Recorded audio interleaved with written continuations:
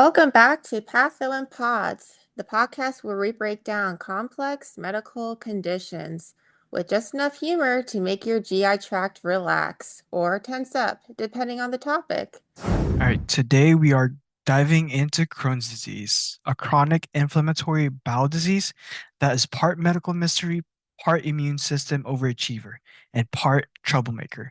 So grab your coffee, your stethoscope, and maybe your heating pad because this one is going to be a wild ride through the small intestine. All right, so Crohn's disease, it's an immune-mediated chronic inflammatory disorder that can infect any part of the GI tract, from the mouth to the anus, but it has a real fondness for that terminal ileum and proximal colon. Think of it as that friend who says they'll stop by and then overstays their welcome everywhere. So here's what's going on. In Crohn's, the immune system mistakes your GI lining for a hostile invader. Ooh. So in that case, inflammatory cells flood the intestinal wall, creating transmural inflammation. This means that the damage goes through the entire bowel wall, not just the surface. This leads to skin lesions, patches of diseased bowels separated by healthy sections. So imagine a quilt made by someone who's really bad at sewing straight lines. And you know what? Over time, inflammation can cause ulcerations, strictures, fistulas, and thicken intestinal walls. So, what's that exact cause? I think we can blame a mix of genetics, immune dysregulation, microbiome changes, and environmental factors. So, in short, nature, nurture, and bacteria is having a party that we weren't invited to. So how does Crohn's disease usually make its big debut? Well, let's just say it doesn't exactly knock politely. First off, we have the persistent diarrhea. We're not talking about the, oh, I tried a juice cleanse kind of diarrhea. This is a chronic, unpredictable, and exhausting kind of diarrhea. Then there is the abdominal pain, often in the lower right quadrant where the terminal ileum lives. Patients will describe it as a cramping or sharp, sometimes so bad it sends them to the ER. Next, we have fever and fatigue. And you got to remember, this is the immune system working overtime. That inflammation takes a ton of energy, leaving people wiped out and sometimes running in low-grade fevers. Then we have weight loss and malnutrition. These are big use too because the gut lining is inflamed. It struggles to absorb nutrients, so patients might lose weight without trying or feeling weak because they're missing key vitamins. And then in some cases, there's also rectal bleeding. That can also show up as blood in the stool, which is not only alarming, but also contributes to anemia over time. So Crohn's doesn't just show up quietly, it brings a whole entourage of symptoms that affect digestion, energy, and overall health. On bad days, Crohn's doesn't just stop at the gut. It can bring along extra intestinal symptoms like joint pain, skin lesions like erythema, nudism, and even eye inflammation. Yes, Crohn's is the ultimate overachiever in ruining your day. Thanks for that, Angelo. So, I guess Crohn's disease is like that one coworker who keeps meddling in departments they weren't hired for. Yep. So, I guess we could say we could start the digestive system. So, chronic inflammation that's damaging the intestinal wall, creating scar tissue and strictures. Fistulas, these are abnormal connections between bowel loops or even to the bladder skin, and that can form. Let's also include the nutritional system. So malabsorption of fats, vitamins B12, vitamin D, iron, and folate need leads to anemia and bone density loss. And then we can also include the immune system. So it's in contrast, like constant attack mode, which means the inflammation can spill over into the skin, eyes, joints, and liver. And then let's not forget like our psychological health that can also be impacted. So chronic illness often brings anxiety, depression, and a lovely side of social awkwardness. I mean, because who wants to explain why they're always known location at the nearest restroom. Now, if you're a nurse caring for someone with Crohn's disease, the head to toe assessment is where you can pick up a lot of important clues.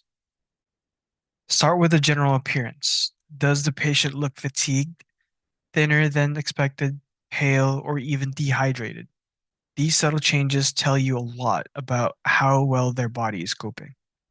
And then next up, we have the vital signs. Keep an eye out on low-grade fevers, which signal ongoing inflammation, and tachycardia, which can point to dehydration or anemia. Then comes your abdominal assessment. Inspect for distension, listen for bowel sounds, which will often be hyperactive during flares, and palpate carefully. Tenderness, especially in the right lower quadrant where that terminal ileum rests, can be a strong indicator of Crohn's activity. And let's not forget about the skin. Look for pallor from anemia, jaundice if the liver's involved, or lesions like erythema nodosum. Those painful red nodules Crohn's love to bring along. Check the oral cavity too. Crohn's doesn't just stick to the intestines. Mouth ulcers are also pretty common and an extra feature. And finally, the extremities. Look for edema or low protein levels or joint swelling from inflammation that spread beyond the gut. So really, a good head-to-toe assessment gives you the full picture because Crohn's is more than just a gut problem. It can leave fingerprints all over the body. And always, always, always ask about stool patterns. Yes, it's awkward, but in Crohn's care, poop is data. Awesome. All right, so now let's talk about what happens after the Crohn plot twist. The good news, while there's no cure yet, there are plenty of ways to keep Crohn's from running the show. So first up, medications. We've got the anti-inflammatory all-stars like amyosalicylates, the immune system referees, aka immunosuppressants, and the biologic agents that swoop in like a targeted superheroes to block specific inflammatory signals. And yes, steroids are in the lineup too. But they're like that band you only invite to play short sets because they cause too much trouble if they stay too long. Love that joke. Then there's surgery. About half of Crohn's patients will need at least one surgery in their lifetime, whether it's to remove damaged sections, fix strictures, or deal with fistulas. That's a tongue twister. Surgery isn't a cure, but it can cause major relief and reset the clock on symptoms. And of course, diet and lifestyle. There's no one size fits all Crohn's diet, but avoiding trigger foods, staying hydrated, and managing stress can make a huge difference. Stress doesn't cause Crohn's, but basically it's fuel for the inflammation fire. So mindfulness, yoga, or even aggressively petting your dog are all on the table. All right, let's clear up some of the most Crohn's misconceptions. Myth number one, Crohn's is the same as IBS, and that is not true. IBS or irritable bowel syndrome is uncomfortable but doesn't cause lasting damage. Crohn's, on the other hand, is an inflammatory disease that can literally change the structure of your intestines over time. Apples and oranges, or more accurately, stomach aches and ulcers. And then we have myth number two. Diet alone can cure Crohn's. While diet plays a huge role in symptom management, no meal can completely cure Crohn's. Some people feel better avoiding certain foods, but it's more about managing inflammation with medical treatment. Food is a part of the toolbox, not the entire fix. And then we have myth number three, only young people can get Crohn's. It often starts in the teens or young adults, but Crohn's doesn't care how many candles are on your birthday cake.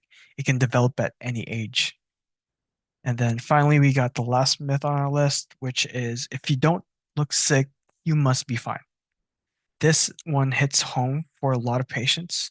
Crohn's is an invisible illness.